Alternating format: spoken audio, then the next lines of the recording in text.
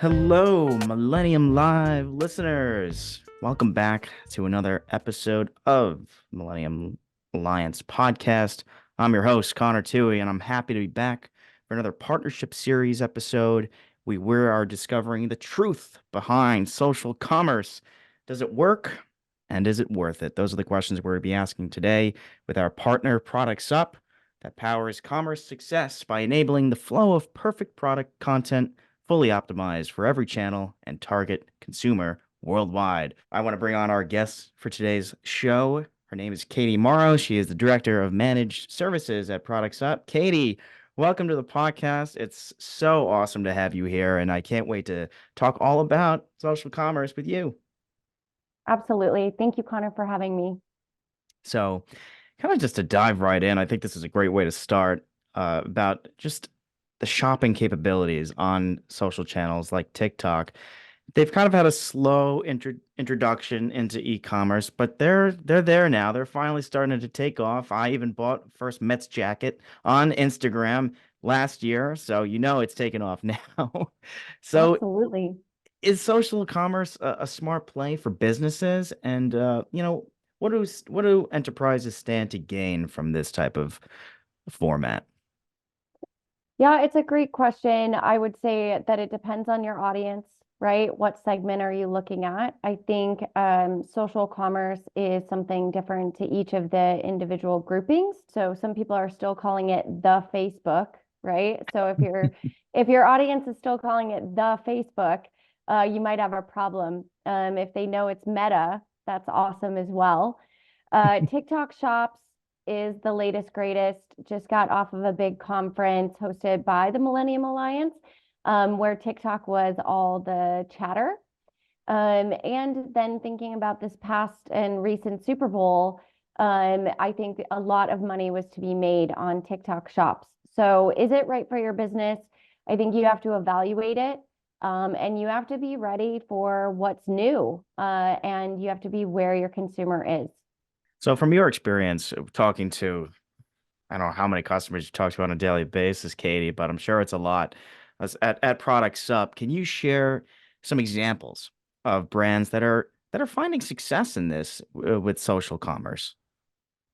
Yeah, I think brands were a little slow to adapt. And I think a lot of that had to do with the technology to set these up, as well as being prepared for the orders and the inventory. And then really, what was their omni-channel strategy? So definitely finding beauty brands were at the forefront. And so we were seeing that the consumer or her was definitely ready to purchase and have that instant gratification when it came to social. So we saw beauty brands being some of the first earlier adopters to these newer technologies, which is just a real shoppable experience. And now we are seeing it flow through to some of the other social channels and even including Pinterest, to believe it or not. So I think that the ability for the consumer to purchase that product for that project or for that event, or for that time in their life is now. We saw a lot of that with the COVID times where people needed to get what they needed. So same day shippers became such a big thing. But now we really are back out in the environment and we're ready to purchase when we want an item. So, yeah, we're seeing that it is definitely an omni-channel strategy based off of the vertical, your audience, and then are you ready to adopt to these new strategies and put money towards them? Yeah, I want to dive into that.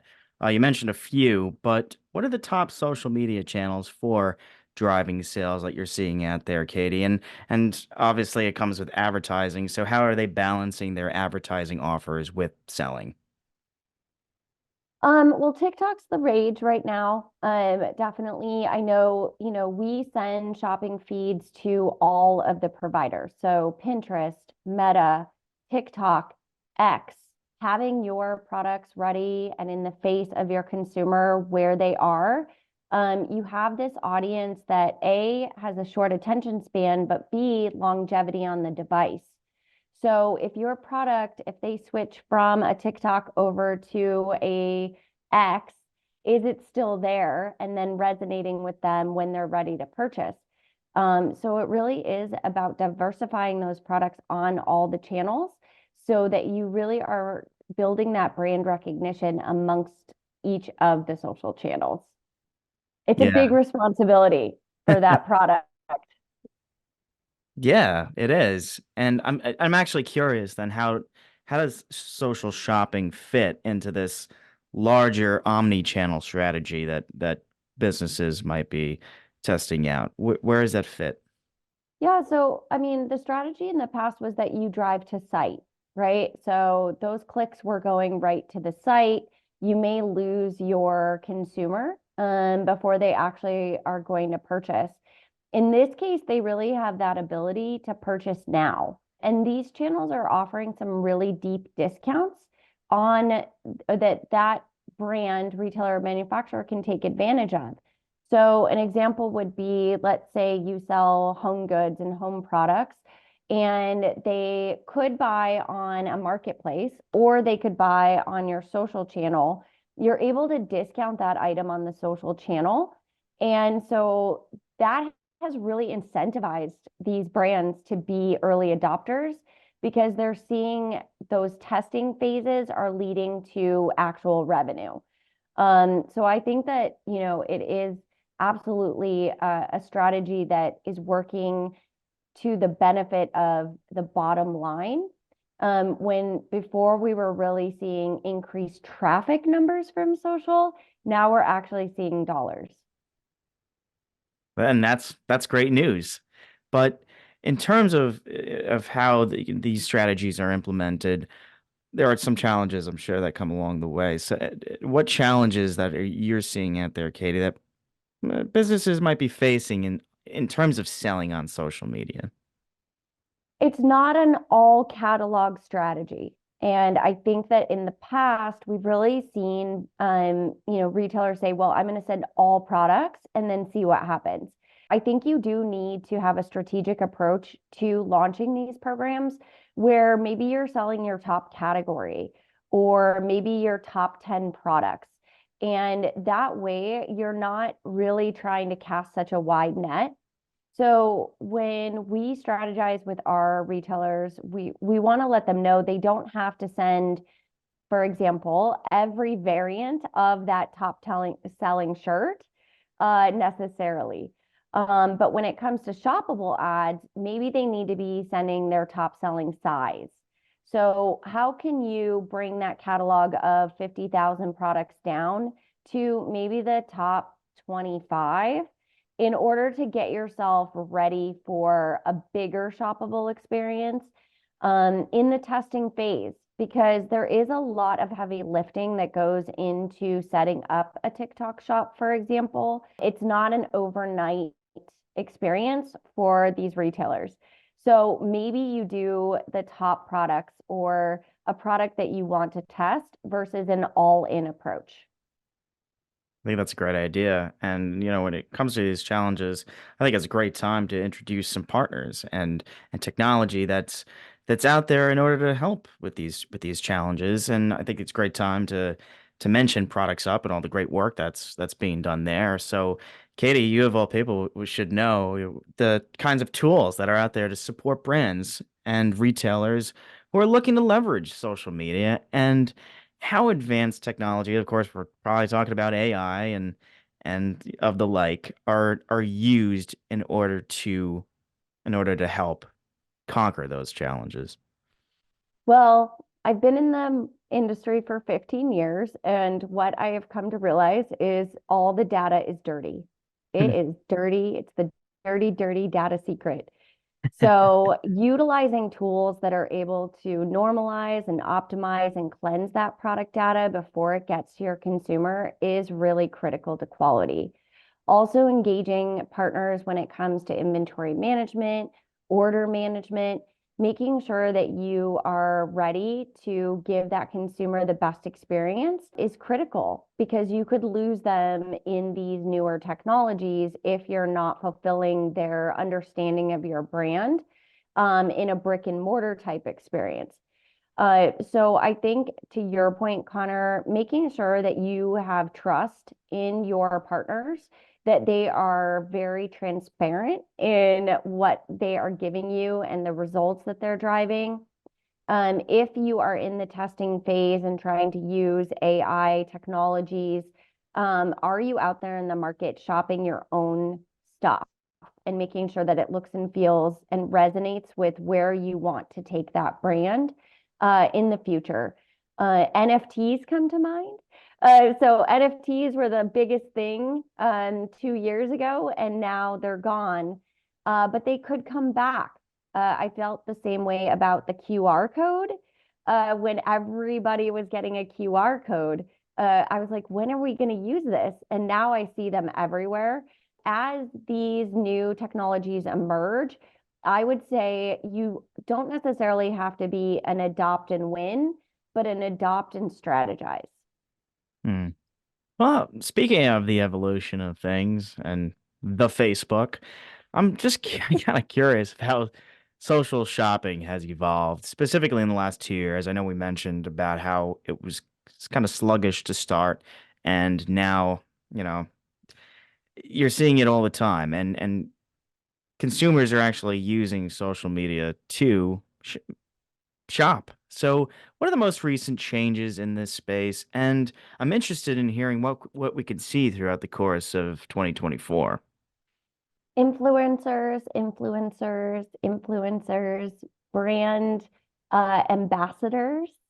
It is about the face being recognized and then the trust that someone puts in the face. Again, kind of referencing the big game. If a celebrity is evangelizing for your brand, it seems to really drive traffic. So, who are your brand ambassadors? How are they representing your brand on social? How can that then resonate to the shoppable experience?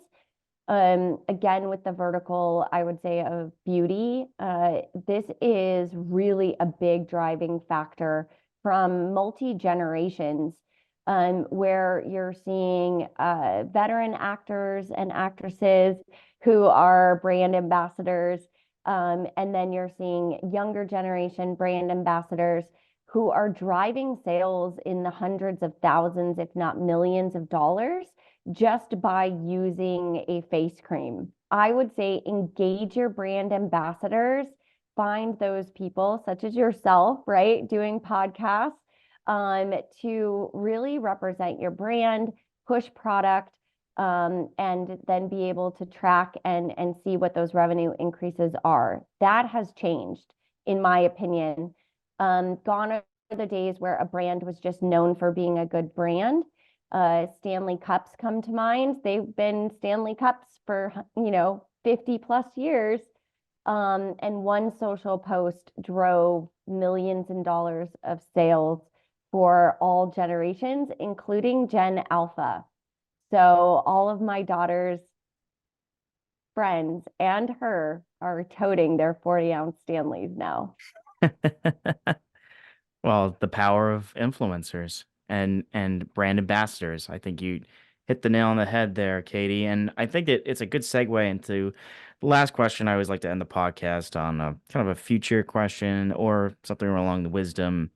And I think I'm going to gear towards the wisdom piece here. And I think you might have mentioned it already, but if you could give one piece of advice to brands, retailers who are kind of jumping into this and looking to get started with social shopping. Curious, Katie, what comes to mind and what would it be? Pick a product, just one. You don't need to do it all at once. I see a lot of internet bloat when it comes to products. And I think when you're trying to strategize an omni-channel presence, pick a product and then follow the journey of that product to the consumer and what that looks like. One of the things we evangelize for here is that it is a product to consumer journey.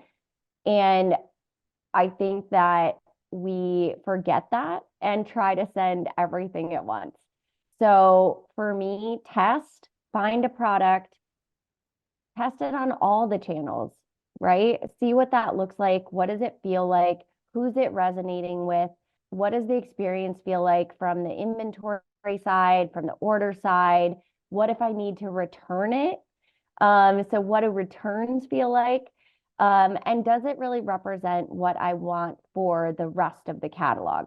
So in the future, I do want people to be able to bring their catalogs down so that they can determine what's working, why it's working, and how it worked, so that they then can expand on that and see those revenue dollars come in.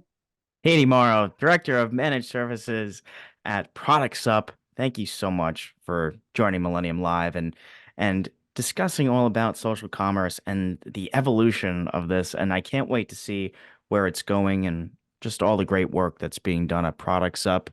It's important for our listeners to know that there's solutions like Productsup out there and that there's a way to get involved. So thanks so much. And Katie, I hope there's a part two to this at some point. I would love to maybe regroup at the end of the year and see the updates. Absolutely. I can't wait to hear what you buy.